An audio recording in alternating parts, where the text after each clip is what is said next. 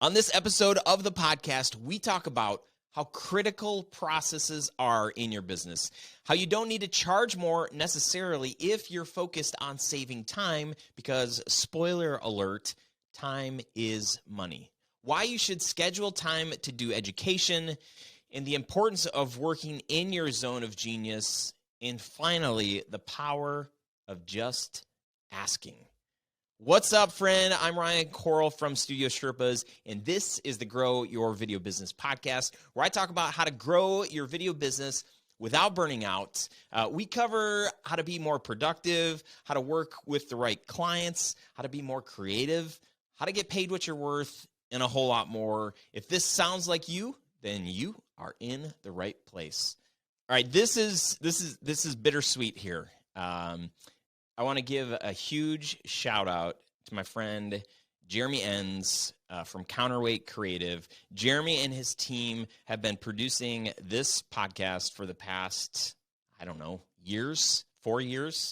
He is an incredible human being, and I wouldn't be where I'm at with this show today if it wasn't for him, for his insight, for his hard work, for Casey, who's on his team. We are transitioning to a different solution for our podcast, the way it's going to be edited and produced and all that stuff.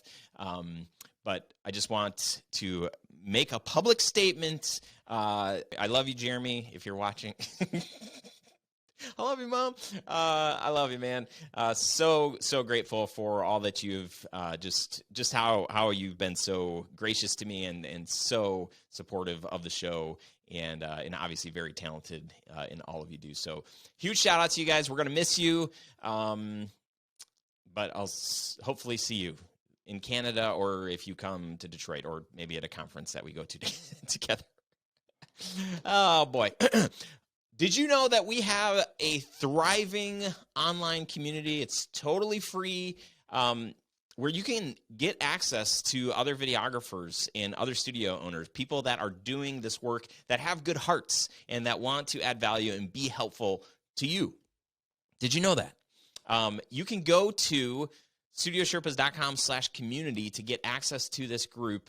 I recently posted in there, I was looking for, somebody reached out to me and said, hey, do you know anybody that's in Austin, Texas? We're in Detroit, Michigan. Otherwise, I think she would have been asking me to help them. But she said, do you know anybody in Austin? I'm speaking at this event and would love for somebody to film it.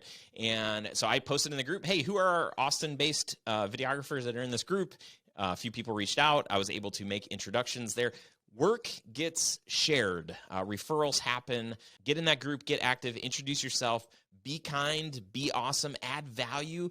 Don't just get in there to hope to try to get referrals, because the people that are going to get referrals and get hired to help out with projects are the ones that are givers. People that are givers get.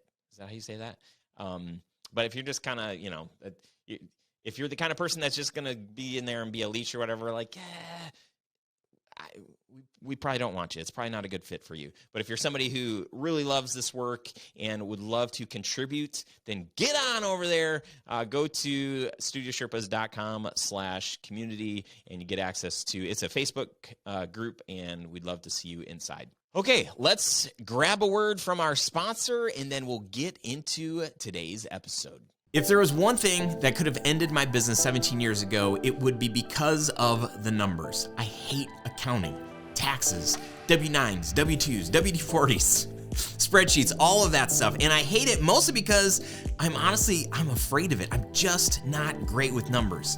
If this sounds familiar, or if you're so new in your business that it's not even on your radar yet, you need Core Group. Core Group can help you create financial systems and tax strategies that you need so you can grow profitably, and they've been doing this for over 20 years. They become an extension of your team so that you can stay in your lane of expertise and then lean on them to help guide you along the way. For me, having a team of experts in my corner to help keep track of our books and just to make sure that we're budgeting for taxes appropriately, to have an actual strategy for our taxes and our accounting is priceless, and it allows me to sleep easier at night knowing that I don't have to be an expert in that arena. If you want to avoid surprises in your video business, and you want experienced help building a plan for the future that you want, both professionally and personally, head over to studiosherpas.com/core for more information. And when you're ready to set up a free consult with them, make sure to mention Studio Sherpas for a special discount too. Got your back.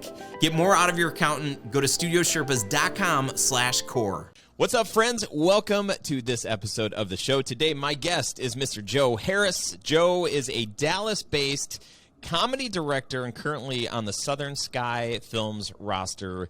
Joe, welcome to the show. Hey, buddy. Thanks so much, man. Honestly, thank you so much for having me. It's super fun. I love listening to the show and all the guests. But honestly, this is somewhat a little bit selfish. I'm like, I want to hang out with Ryan. He's a cool dude. He knows what he's doing. He knows how to press the red button well. Talks to the people with the words. So it's awesome to be here. So why not? Man. I mean, that just sounds like, yeah, everybody should sign up for that. I do appreciate, thank you for those kind words. I'm not going to mention any names, but recently I had somebody on the show who said, "Oh man, I'd love to be on the show," and I'm like, "Cool." And so in the pre-interview or just discussing before I hit record, I'm like, "So you've listened to the show?" And he's like, "No." I'm like, "Oh, well, but you know what the show's called?" And he's like, "No." I'm like, "Oh my god!" Which it's not a prerequisite, but it's just funny that the breadth and the width and the depth of the people that I have on the show. Listen to the show, don't listen to the show, whatever. It's like, it just is what it is. But I thought it was funny. That's pretty. I think I would be like kind of. I'm glad you took it the way that you did. I would have been kind of stunned, like, wait, what are you planning on talking about today? So, well, I'm like I said, long-time fan, first-time caller, so I know what's going on. Congratulations. So glad that you're here. So, your work is really good. It's fun. It's funny. It looks good. Comedy is really hard to pull off, and I found myself actually watching some of the commercials that you've done and laughing. I'm like, ooh, this is good. So, congrats. Thank you. I appreciate it. As one of my mentors says, like, my views of comedy are narrow, but correct. So yes, what's is there a magic bullet to being able to do comedy to pull, how do you pull it off? Man, I'm still sort of trying to figure it out. It's a lot of like hits and misses, I guess, with like life, right? Hits and misses and learning from the failures, which is something that I heard recently on one of the episodes that you did. It was like, some of my biggest educational moments are from my failures. Most of my educational moments are from my failures. My dad used to say, you can do things the easy way or the hard way. And I like the hard way because you get twice the education, which makes sense to me.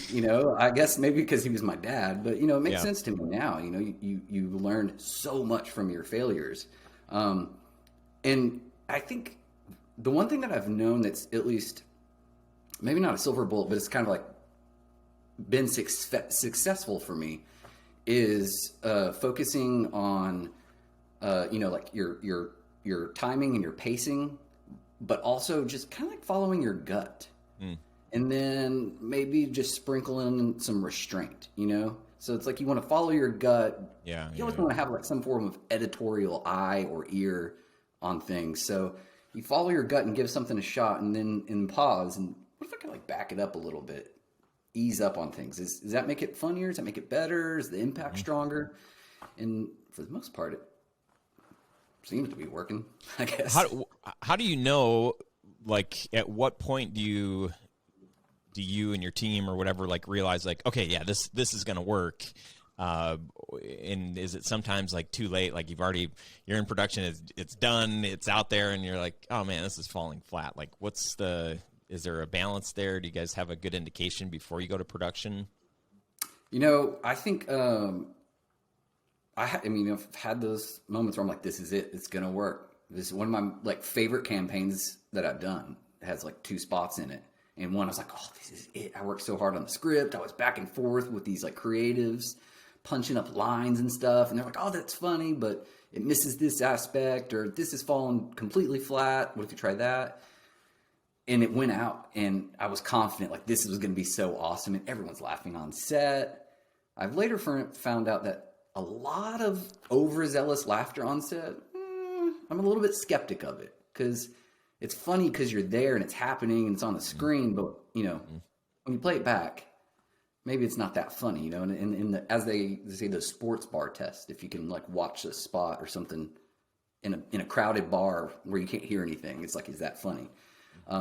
And so out of those 2 spots in that campaign, the other one, which happened to just be an idea I had on the way to set, that's the one that was like the funniest, and like like won some awards and stuff, and cracks everybody up pretty much. So I think what we've kind of gleaned from that, like the team that I've got like surrounding me to help me out, is sort of like, is it initially a unique, almost awkward concept or thought? And then like, what is there a balance? You know, is it just full bore? You're just pushing as hard as you can, or do you have like a little bit of balance and contrast? And if you can like find some balance and contrast with the absurdity, that's sort of usually, or so far, has kind of been a little bit more successful. I like that. So speaking of absurdity and contrast and all that stuff, like let's talk about your shirt for a second. If you're not watching the podcast, like this is definitely worth the watch here. So let's just, as you're looking at your wardrobe this morning, kind of thinking through, maybe you were thinking about the show, maybe you're thinking about if you got a hot date tonight or something like that. Like what's just give me a little more here. I kind of found this I had this like weird creative like evolution the past like 2 years, where I kind of like went back to my roots of being like a punk dude in a band and skating and just being like the wild kid when I was growing up, that was like kind of Mowgli from Jungle Book. You're like, what's with that kid? He's like always yelling and jumping off things and performing and stuff like that. And then, I got, for those who can see behind me, there is my family, and huge inspiration for me. We're really tight-knit family, hands-on. I don't know, man. I just kind of had kids, and they opened up a whole lot more creativity for me. And so I'm really hands-on, the dude that will like laugh and yell jokes out the window of the school car line and that kind of thing. And I think honestly from that, like I just sort of went back to my roots, like I said, and became like more of a kid, and found myself like looking at everything with kind of more kid-friendly, exciting eyes, and somehow all of my shirts just started like morphing and changing. They all still have like buttons on the collar, so it's like, I'm not that cool. They're all weird looking, but they all have buttons on the collar and button up, and that's not that fun. So, but I saw this one today, and I was like, oh, this is awesome. It's the only thing that's clean. I'm going to put this one on. And plus it kind of matches my office of like random neon, I don't know, junk drawer of pawn shop type stuff, which is my office. So yeah, but I like this thing. It's fun. It is. It's actually really cool. I'm teasing, but thanks, man. I feel like you've given me permission to do that. Go for it. I love that. Just kind of that freedom. That's kind of how, as you're like sharing this sense of, just being able to really figure out like, who am I? What's my voice? What do I want to be? Yeah, I think a lot of times we think, there's just different stages in life, and okay, like I'm a husband now, I'm a dad now. I gotta, I actually have to get more serious because we got to have rules and we got to, have some structure. And, but I think what you're kind of sharing is like, no, like part of your identity is like being free in that. I mean, I don't know if you can tell, but I posted on Facebook, I don't know how many months ago, maybe 2 months ago, 3 months ago. I just did a poll, and I thought I was being funny. And I said, hey, who thinks I should grow my mullet back again? The same one I had in like 8th grade. And 54% of people said yes. I think it was more just like them seeing if I would actually do it. And so here I am doing jokes on them, but also my poor wife, she puts up with so much, and she just looks at me and she's like, "You're getting a haircut, right? Like, how long, what is going, this is gross. Like, can you please," but similar to your shirt, there's this freedom of like, man, I want to be my goofy self. And I think it kind of like, there is a point here, right? When we talk about branding, when we talk about selling, or just trying to grow your business or whatever, if you can do it in the context of being yourself, it is the best way to create. It is the best way to lead a team. It is the best way to sit at a conference table with high value CEOs and people that have tons and tons of money and have all these high expectations or whatever, for you to come to the table and say, "This is who I am. If you like this, if you like what you see, if you like what you see here, plus if you like our work, then this can probably be a good fit."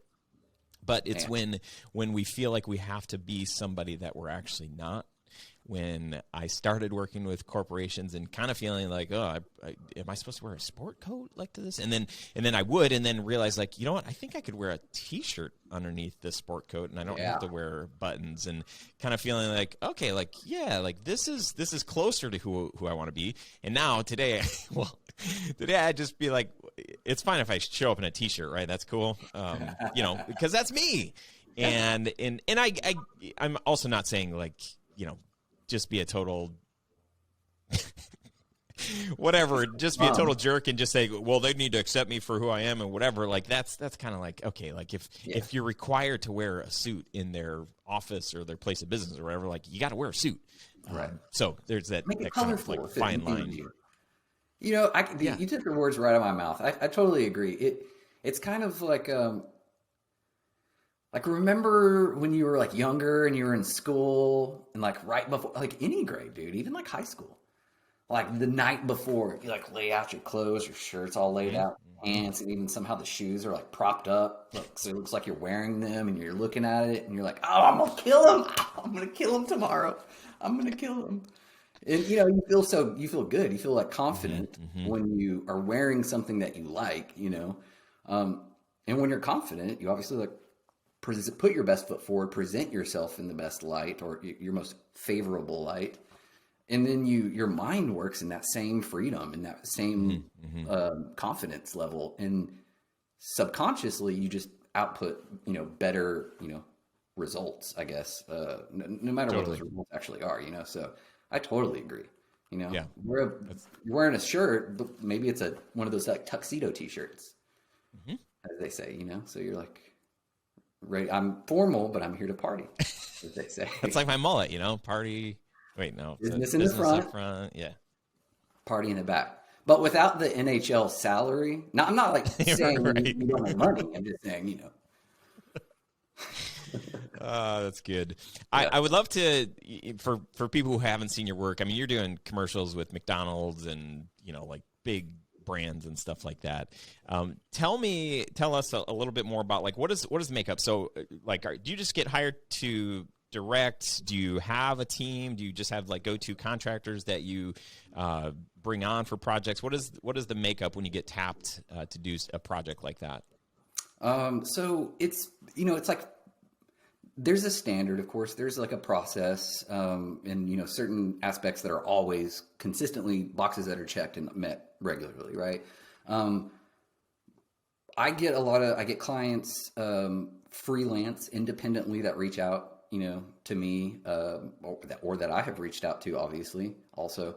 And then, I also have a production company that I'm signed with, as you mentioned, Southern Sky Films, and they sort of act as my, like, production company managers. They get boards and jobs in from agencies and brands that are sometimes found through reps, commercial reps.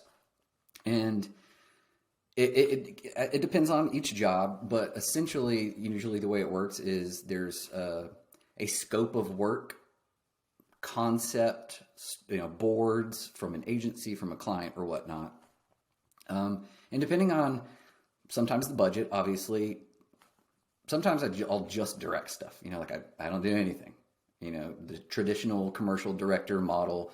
You pitch on some boards, you have a phone call, you write the treatment, phone calls again.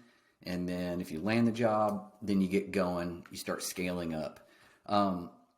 I usually, with a lot of people, you want to work with people that you're familiar with, your kind of family, of coworkers and colleagues and stuff. I kind of like always prided myself on finding jobs for people, finding work for people that are looking for work, for freelancers or not, the right tool for the right job kind of a thing. And I work with such amazing people and have a ton of amazing colleagues. I know I'm not right for most things. I can direct things, I can edit some things, and I can bring people drinks. Like I've waited tables and been in this business, and that's about it, right? And so I can't, if I can't do something, I know somebody, So what you usually just kind of get your boards, get your concept and the scope of work going, and then sort of build the team based on budget or time, and see kind of what's the right tool for the right job. But it usually goes with the process of finding that scope of work, flushing out an idea, pitching that idea, and then you actually start get into the execution of like implementing production and the production team and pre-production and all that kind of stuff. All that stuff. So out of all the different parts that you do, like what would you say, what's the part that just lights you up, gets you most excited? I think honestly, it probably is,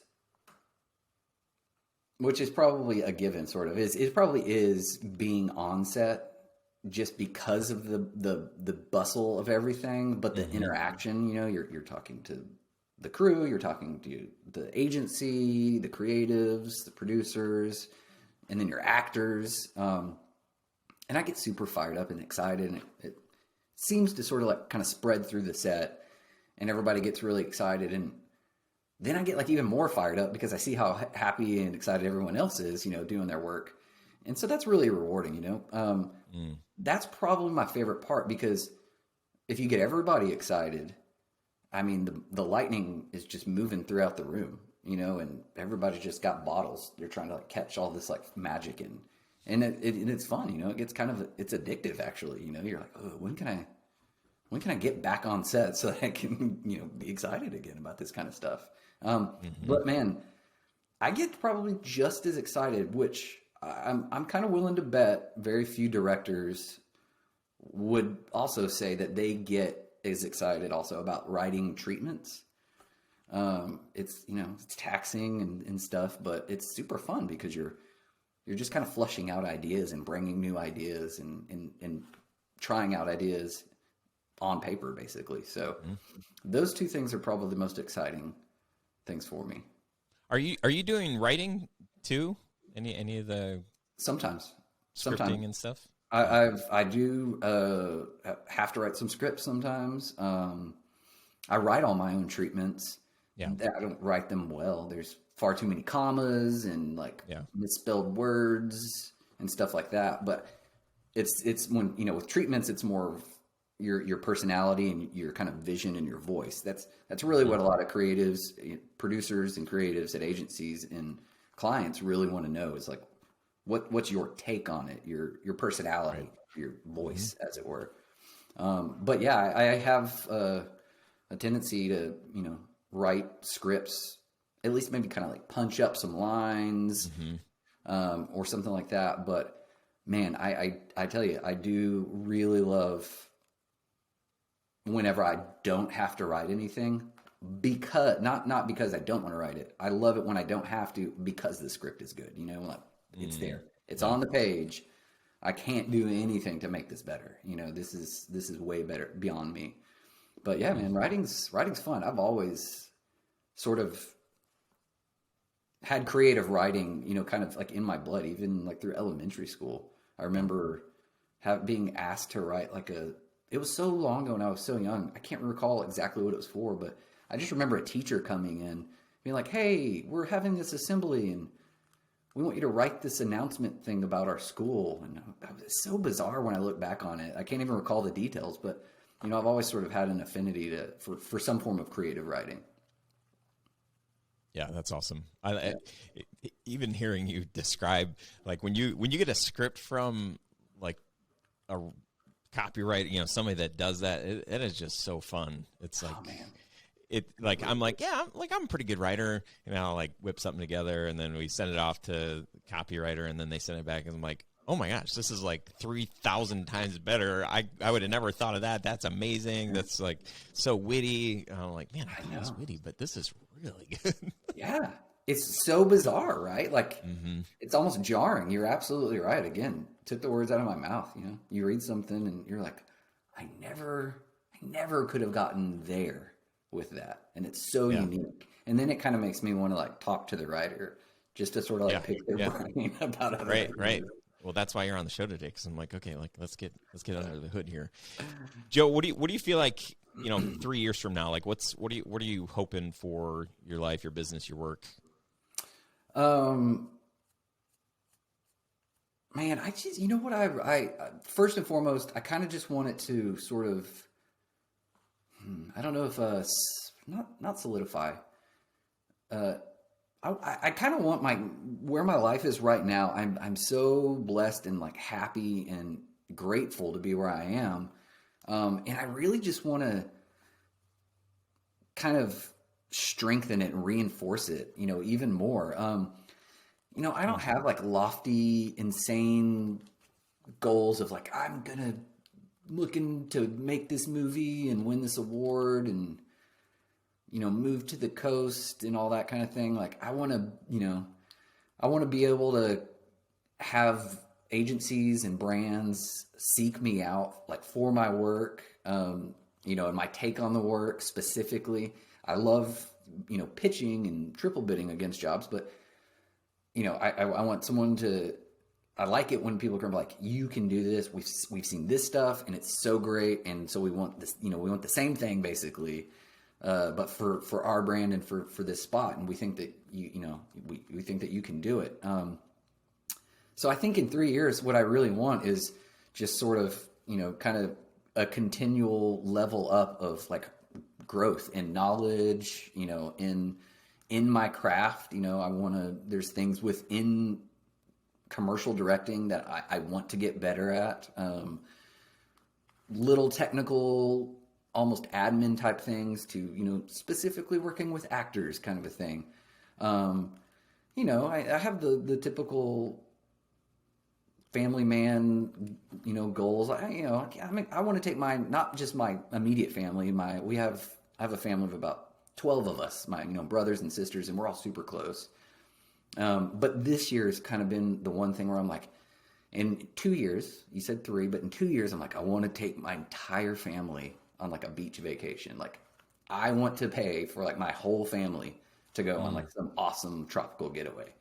And I think really that is going to be because of growing my business and brand. And so I'm looking forward to, and, trying to put in the work and the hours to build a relationship, a network, a stronger network and relationships with clients and our community here in Dallas Fort Worth, but also, nationally. I do have a lot of friends, on the coasts, and it's exciting to get to know them and to work with them and watch them grow their business and see how I can be part of it. And so I think, for the next 3 years, what I'm really focusing on is building those relationships and kind of sort of like solidifying my brand and my business with sort of a comedy specialization. Getting some accolades for the brands and the agencies that I work for is always fun and helpful. It makes you feel good for your team and how hard they've all worked. And I think, kind of most importantly, that sort of leads back to, in the next 3 years, I just really want to be able to get my close network of crew family, as I call them, a lot of work. I want them to be able to have all the same stuff also, that they work even harder for than I do. Like physically work harder for than I do, So it's really just a matter of me continuing to work as hard as I can to sort of, hoping that the high tide lifts all ships. Yeah, that's great. So your question at all? I don't even know. No, that's good. That's good. I think, you said it early on. You said, you want to strengthen what you're doing, reinforce what you're doing, kind of build your network. So, a good follow-up is like that big picture is like, oh yeah, like that. I mean, it sounds like that's what you need to do to keep growing this thing and get it to a spot. I think what's helpful, and maybe you do have this, is to have like very clear, like, okay, let me preface this with saying this morning I was chatting with my assistant Kelly, and I was talking about like how, I'm like, man, I've got the Onward Summit this weekend, starting this weekend. It's going to be super fun. I'm looking forward to like doing it, but then like getting beyond it, because after it, then I've got this other thing that I'm trying to finish. And then I've got actually this other thing that I'm trying to build and finish. And then like one more thing that I'm trying to build. So I've got like three other, I mean, I'm saying three, it's probably more like six, but like three other like big things that I want to finish building. And I was saying to her, and I'm like, and then I'll feel finally like I can enjoy. And I'm like, no, I'm enjoying where I'm at. I'm super grateful, so, incredibly blessed, content, whatever, but also, not content because I don't want to stay here. I want to get these things. And I'm like, I don't think life is going to be better, or I'm going to enjoy it more, but I think I'll be able to enjoy it differently, is what I said. So nice. I'm looking forward to being able to enjoy things differently, to be able to think about my business differently than how I think about it right now. So that's I say all that for a little bit of context. So as you look at 3 years and say, okay, I want to, strengthen what I've got going on, building your network, to have some measurables to say like, okay, at the end of this quarter or at the end of this year, like if I did these 4 things, or if I did this one thing, like this will directly impact that like end goal that I'm wanting. Because I will say that some people would just say like, yeah, if I can just get like some more leads or make some more connections, like that will ultimately be good. And yes, that's great. But like if you're not continually, you have to always be growing your network, right? It's not just like, well, if I meet like 5 more people, we'll be in good shape. And maybe you will for the time being, but then like somebody's going to retire, somebody's going to move on, somebody's going to change careers. And so it's like, oh shoot, we were putting all our eggs in this one basket here. So now I've got to, and if you're starting from scratch, it's going to take longer to build a relationship where somebody trusts you and all that. Yeah. So all of that to help all of us as we're thinking about like things that we want. It's like, I want to make more money. I want to have more free time. I want to be able to do more of the kinds of things that I want to do. Yep. All of that. So obviously charge more, try to find more efficiencies in your business. But what are some real practical things that you can, tactically say, if I do this, I know this is going to probably help move the needle of my business. And then I've got to do this thing here. So what are any of those things that you've thought about as you want to strengthen and, kind of grow your business? I think, it's something that I've been focusing a lot after, like as I said, just signed with Southern Sky Films on a roster, but I'm still also, a freelance director. And that has just come from actually leaving the company that I was on staff with for 7 years. That it's basically set me up to be where I am right now. And within that, I started prepping the past couple of years to make this freelance jump. A lot also with listening to the podcast and realizing how critical like processes are. And just like having a sort of a foundation of processes that enable you to have more time, charge more money. So I think what I've been really doing is thinking about within these first 3 months, if I can set up certain processes to streamline all my productivity, and I'm not even thinking about charging more. Like right now, I'm not even thinking about charging more. I'm just thinking about It's more, I'm trying not to focus on goals. I'm trying to focus on the process that get me the results. So I'm trying to maintain and implement habits that are good and healthy that become second nature to me, that are almost, operate on their own. Contacts, obviously just maintaining contacts and building like new contacts, but thinking about how I can say little and show a lot more. And so I'm, working on those processes of basic stuff, from like spreadsheets of communication times. Like, I know I talked to this client at this point on this date about this, and I need to reach back out to him at a certain time. Education, to like grow, and I'm starting to schedule specific times and days of like learning. I want to get better at treatments, and I need to be better at designing my treatments. I need to learn, I need some education time.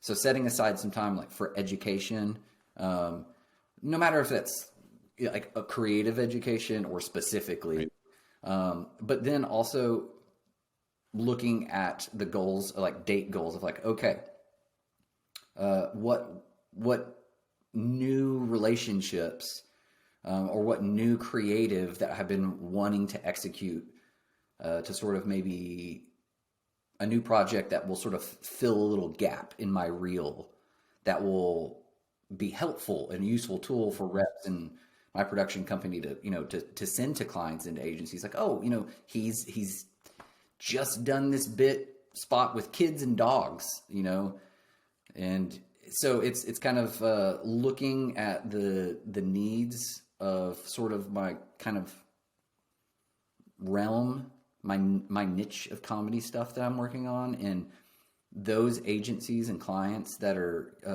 looking for that type of work, and figuring out how I can, fit myself into those needs, and then setting up a plan and a process of contacting those people and reaching out to those people, on top of executing what I need to be able to have a conversation with those people.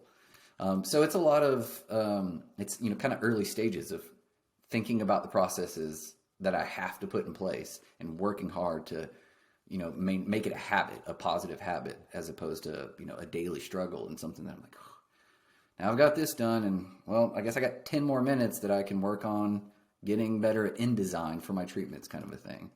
Mm-hmm. Mm-hmm. It's all kind of, I feel like it's new to me, but it's exciting. And, I've learned a lot, thankfully, from like a huge network of, as always, people that are, I try to make sure I'm not the smartest person in the room. And I say that all the time because that helps me learn better. Yeah. So that's kind of what I'm working for, is, working on these good habits to develop processes, because it's, to me, very, very clear that the process and the journey are really the things that get you the best results, not just the results. Yeah. And talking about having a process for something, it takes time to create it. It takes time to implement it. It takes time to practice it so that it kind of becomes second nature. Yeah. But then when it does become second nature, it's so efficient that you don't actually have to charge more money, like you were saying. If you could save time, then you're making more money. Absolutely. Right? Or you're having more free time, which is incredibly valuable. Absolutely. So I do like that thinking of like, man, if I put in the hard work right now to build this foundational stuff, then and that's where I'm talking about like these things beyond the Onward Summit that I want to finish building. Mm-hmm. Once they're built, then it's like, okay, like that's the hard work. It's like getting those processes, the foundations of these businesses and these different things that we're doing inside of the business to a place where there's a clear process. It's efficient. We're not having to rethink like, well, what do we do when somebody says that or when this happens? Mm-hmm. It's like it's all laid out. Here it is, and you just hit the green button, and then it starts going, or the red button in this case here. Definitely. But I do like that. I like that. A lot of times people feel like, well, I'm just not charging enough, and a lot of times we're probably not charging enough. Very true. And also, another great way to make money is to save time and to find efficiencies inside of your business. And the best way to do that is to step back and say, like, what are the things that I'm doing, like, every day or, once a week that is there a smarter, more efficient way to do this? And or do I need to be doing this? Can somebody else do this? I'm trying to remember. Oh, goodness gracious. I apologize as I kind of like look away because which one was I just doing? I was just listening this morning on my run. I'm looking at my phone. See it? I don't know if you can see it. Oh yeah. Yeah. Creating the systems that will let you work in your zone of genius. I don't know if you recall that episode that you did, but it was really awesome because one thing that I heard was it's like a mindset that you shift, that you change, and you basically just touched on it. With how can what am I doing every single day? That's what can I offload to somebody for $15 or $20 an hour that I can then in turn use that time more wisely and transfer it to a $100 an hour task kind of a thing.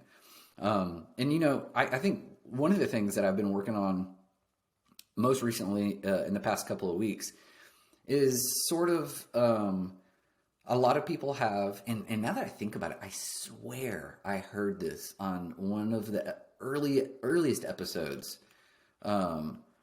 that you did, which was sort of like a list or basically almost a questionnaire to clients of like, what are your expectations? What are your needs? Mm-hmm. And it's basically just sort of like almost a questionnaire kickoff. Like before we even talk, thanks for reaching out. Do me a favor, take 5 minutes, answer these. Don't waste your time thinking wholeheartedly about it. Like let it be a conversation piece. But it helps clients think about what they're wanting, and then it helps you think about what you can do to help them, because ultimately, what are we doing? We're solving a problem for someone. Right. We're helping them solve a problem or meet a need. And so it's kind of like a director writing a treatment. Like no matter if a client or somebody requests a treatment, like I still write one because it helps me figure out what I need to do and what I want to do and what might work or not work. And so I've been working on kind of like a sort of questionnaire document to share with like new clients that is kind of like getting to know the ask and the scope of work and not just I need a video. Like, oh, well, of course you do, but for what and what purpose and how will you utilize it and what are you hoping that it will do for you? Because again, that sort of, informs the process, but it also informs the creativity. You're creative. It informs your creative of the direction that you could go and what's the most efficient way, which equates to time, which equates to money. And so you can kind of put everybody on the same page from the start with that kind of like introduction document, to the creative. So that's kind of the really the biggest thing that I'm working on. And it's to me not as simple as, like, what do you want? What do you hope this video will do? Kind of a thing. It's kind of, I actually revised that question 2 or 3 times. And now sort of, I think I'm currently on the version of, what do you have to have in this video? Mm-hmm. Because that will sort of kind of rabbit hole you into a conversation almost of get you down to the essence of what they're really needing and looking for. So again, with the processes and trying to work smart, not hard kind of a thing. That's sort of where I am. I love that. I would encourage you to, whatever version you're working on, just finish it and then you can tweak it. Like as time goes, every time somebody submits that form, you can be like, I want to ask that a little bit different, or I want to take that question out, or I want to add another one. I've gotten, and I'm only speaking from experience, where we've held off putting out a new form or updating ours because it's just like this isn't exactly what having something is better than nothing, and the phrase, go ugly early. Just put it out there. Man. It might not be exactly what you want, but for your client to have to think through some of these things, for them, like this, it positions you as an expert, as you're kind of like saying, like, we really need to get to the heart of like why you want to do this, or what it is that you want, or whatever. It just positions you differently. Even if you're a creative, you're a director, so of course you're not going to be happy with the version that is out there, right? You're going to want to make changes. But the most important thing is to get out there. This is literally yesterday had an interview with my friend Griffin, and we were talking about this exact thing, having a form that people can fill out that makes them do a little bit of thinking. The thing I like about that too is that instead of somebody just calling me because they need a price comparison to another video company that they reached out to, if they're not going to put in a little bit of work to actually think, well, what is the purpose, or what is success with this project, or why you guys, like, why are we reaching out to you? If you're not going to take the 5 or 10 minutes to do that, that says something to me. And then, if the form isn't filled out by the time that we're having a discovery call, I have some, preconceived notions going into it, but I can kind of just ask directly, hey, I noticed that you didn't fill out the form. What's the story there? Yeah. And really let them say, like, oh, we're super busy, or, oh, we just thought we'd talk about it on the phone, or like whatever the case may be. But just having that can give you some great information, whether they fill it out or not. Yeah, that's excellent, man. I think so much. And that's other reason I was excited to talk to you. I was like, I'm not an expert. I'm going to like learn some stuff, as I always do, and hopefully share some stuff. But like, that's perfect, because you're absolutely right. There's a ton of things that I wait until I feel that it's right. That's kind of what I'm used to. I'm used to like, I'm not ready. It's not what it's supposed to be. But I'm always refining like everything else outside of like edits in spots. Even if I edit something, I'm constantly refining it. But before I actually finish it, I still send it out to like my brain trust of people. Right. Send out the ugly early. Like that's perfect. So yeah, I think I'm going to finish that document up today and send it out today, because you're right. I'm just going to learn from each experience and evolve it each time. The clients don't know. They don't know. They don't know that. They don't care even if they do, they don't care.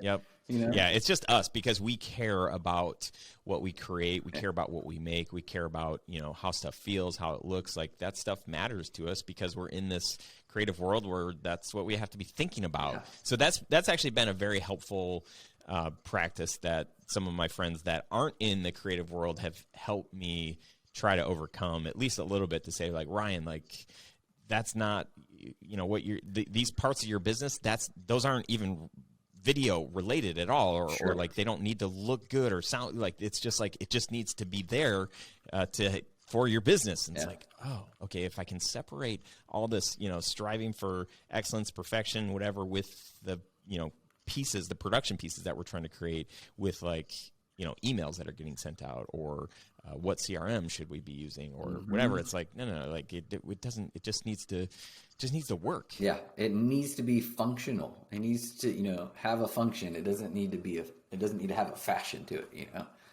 That makes a huge difference. Yeah. Well, before we go, I would love to just talk briefly. I know a lot of people, if you're able to see Joe's work, we'll put a link to it. He'll share like how to contact him and all that stuff. But his work is really good, and obviously working with some big time agencies and whatnot. For somebody that is interested in doing the kind of stuff that you're doing, the kind of projects, where, like, how do they go about like connecting with an agency, or getting to that place where they could direct something, or maybe not direct, maybe DP, or maybe be on set or whatever. Where's a great place to start? I've always thought, like, I've had a handful of like mentees, like younger kids getting into the industry that like asked me to mentor them, or just ask me if they can, just questions or anything too. And I kind of look at it as, I waited tables and I delivered flowers for like 3 or 4 months, I think, but I've waited tables and I've been in this business. You know, I've like edited in post-production, or I've been in production and directing, or like, you know, co-producing. But the one thing that's kind of been universal for me is, or not one thing, the few things that have been universal for me has always been to ask. Just ask for what you want. That's good. Just go to people that you admire, people that you can reach out to, even if you only admire them because they're doing something that you want, that you aspire to do. Ask them if you can buy them coffee or lunch, or ask them if they just want to have a coffee or lunch over a Zoom, you know, if you're not meeting in public or something like that. But just ask them if you can pick their brain. This is in doing that, always being transparent. This is who I am. This is what I'm trying to do. I love what you do. I just have some questions. Do it. And then take any idea that you have, and this is almost one of the most important things, and just do it. As another, to not kind of cross promote, but as another podcast has, just shoot it. You know, literally go out there and create something. If you're an artist, start creating some art.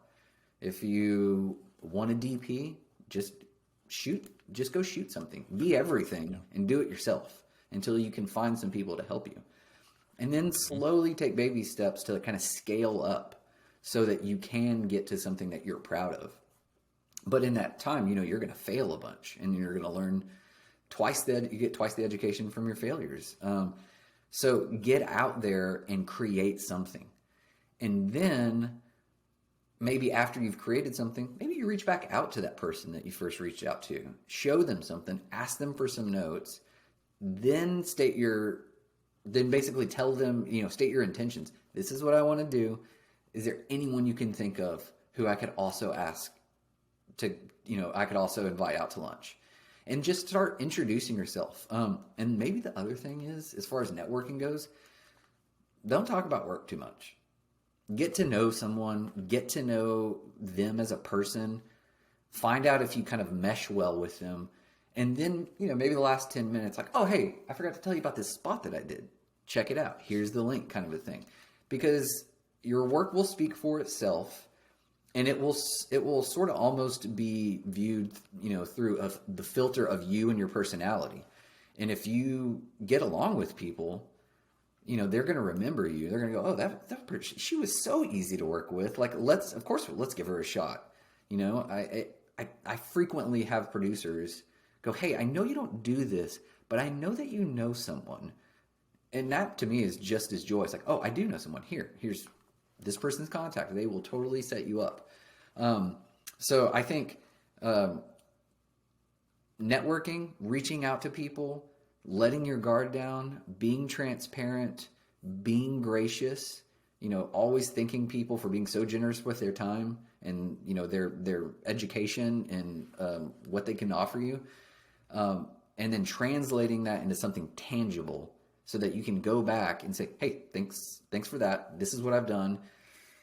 Sorry to ask, but any chance you could maybe, you know, put me in contact with someone else? And then beyond that, just start piecing the little pieces together of admin as far as networking and whom you can contact. Like, get on LinkedIn, get on Facebook, find an agency that you like or a production company that you like. Find out who the executive producer or creative director or producer is or owner. And just reach out to them. Love your work, love your culture, wanted to share this thing with you. Any chance I could buy you some coffee or lunch or cold beer, whatever you want. But really, to me, it kind of goes back to where we started, which was just be yourself, man. Because there's no one who can do you better than you. So just be yourself. You know, put your head down, focus, roll up your sleeves. Let's do this, get something together, and then keep pushing forward. Is there any way that I can help you? Pardon me. As my voice goes out, is there anything that I can do to help you guys?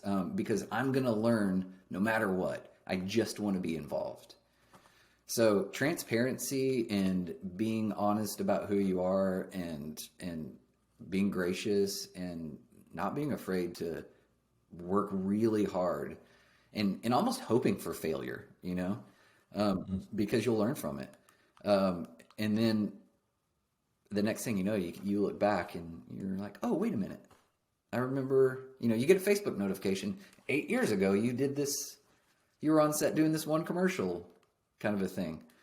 And you can kind of look back on it fondly. So I think to me, that's the formula.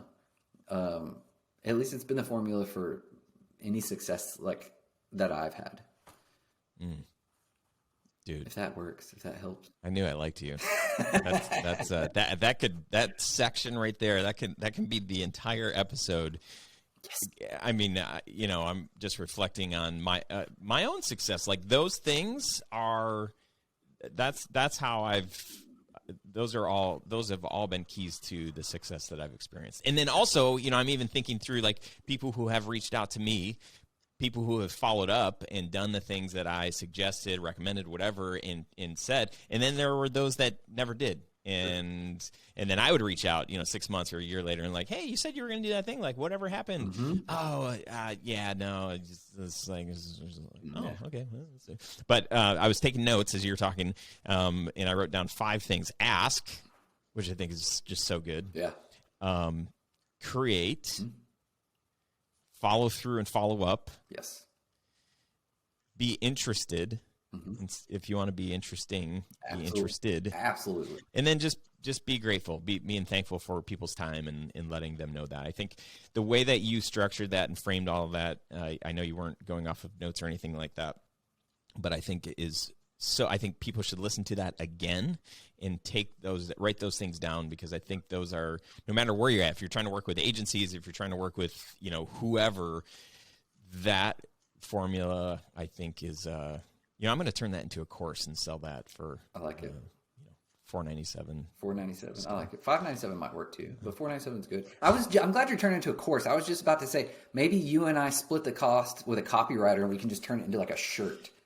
That's like, okay, let's sell this shirt for $497. Oh, okay, wait a minute. We offer the shirt after you complete the course for a total of $697.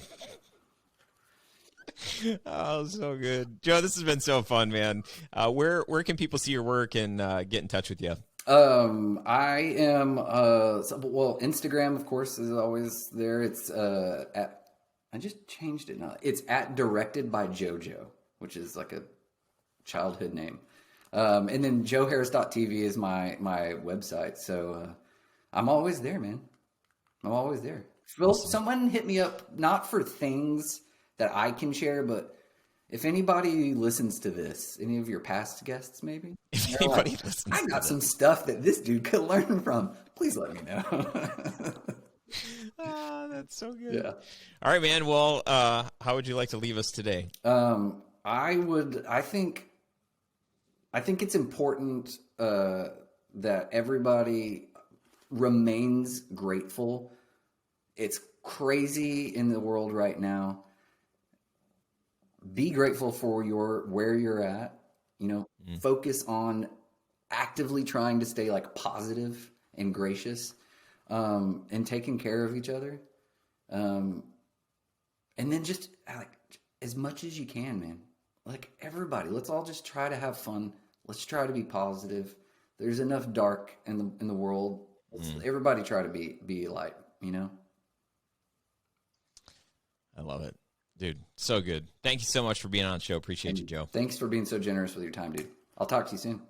Well, don't forget to check out the show notes for any links or references from this episode. I would love to hear from you if you're watching this on YouTube or on Facebook. Leave a comment. Let me know what stuck in this episode, what you liked, what you didn't like. Let me know if there's anything that I can help you with. I would love to hear from you. Remember, join our free community. Go to studiosherpas.com/community. You can also follow us on Instagram at Grow Your Video Business. I'm also at Ryan Coral. And if you haven't accessed our free budget workshop, this is a workshop designed to help you on your Zoom calls or phone calls when you're talking to a prospective client and you're kind of like, I'm not really sure what I should say. And you tend to get off the call and you're like, man, this project that we just talked about, like it could be easily, I could quote this as like, $10,000, $20,000 or like maybe $2,000. I have no idea what their budget is. This workshop is designed to help you get your client's budget before you spend tons of time on the back end after a call. But in this call, there are things that you can do. There's ways that you can guide this call without being salesy or sleazy, but ultimately being really, really helpful for you and for the client. So when you get off that call, you understand, is this a good fit client? And if so, you have a really good idea on what their budget for this potential project is. So you can get access to that free workshop at studiosherpas.com/budget to get your client's budget. See what I did there? So creative. All right. If you need anything, reach out. You can email me, ryan@studiosherpas.com, and I will see you in the next episode. On the next episode? Okay. Bye for now.